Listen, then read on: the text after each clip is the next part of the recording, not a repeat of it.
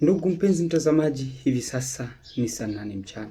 Tuangazie taarifa yetu ya habari. Hivyo basi tupate kwanza muhtasari wa habari kutoka kwake Araki The Money Town.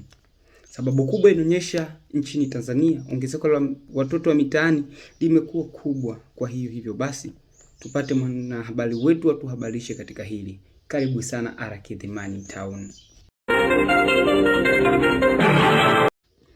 Ubuheri wa afya ndugu mpenzi mtazamaji, hivi sasa ni saa 8 mchana.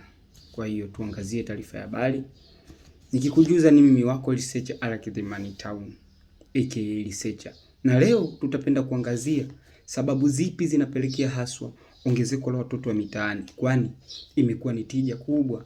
Tukiangalia siku baada ya siku watoto hao wanazidi kuongezeka majumbani pasipo kufahamu pengine sababu ni nini na kipi kinachangia ongezeko la watoto mitaani. Ndugu mpenzi mtazamaji, ningependa kukujuza kuwa sababu kubwa inayopelekea ongezeko la watoto wa mitaani ni ndoa za mitaala.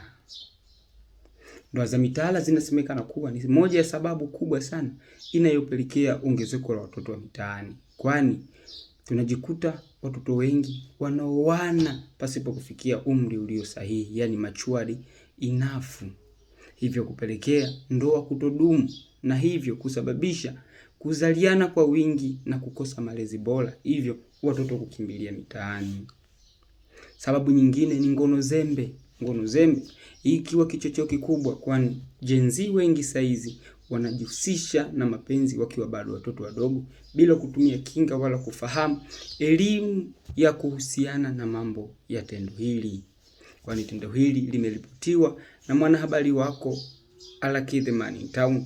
Na hivyo basi anakukaribisha wewe ndugu mpenzi mtazamaji uchangie hoja yako. Wewe kama wewe unaona ni sababu gani haswa inayopelekea ongezeko la watoto wa mitaani, pasipo kusahau sababu kuu tu kabisa ambayo ni ukosefu wa elimu, kwani watoto wengi siku hizi hawapewi elimu za uzazi, hivyo wanajikuta wanaingia kwenye vitu wasivyovifahamu.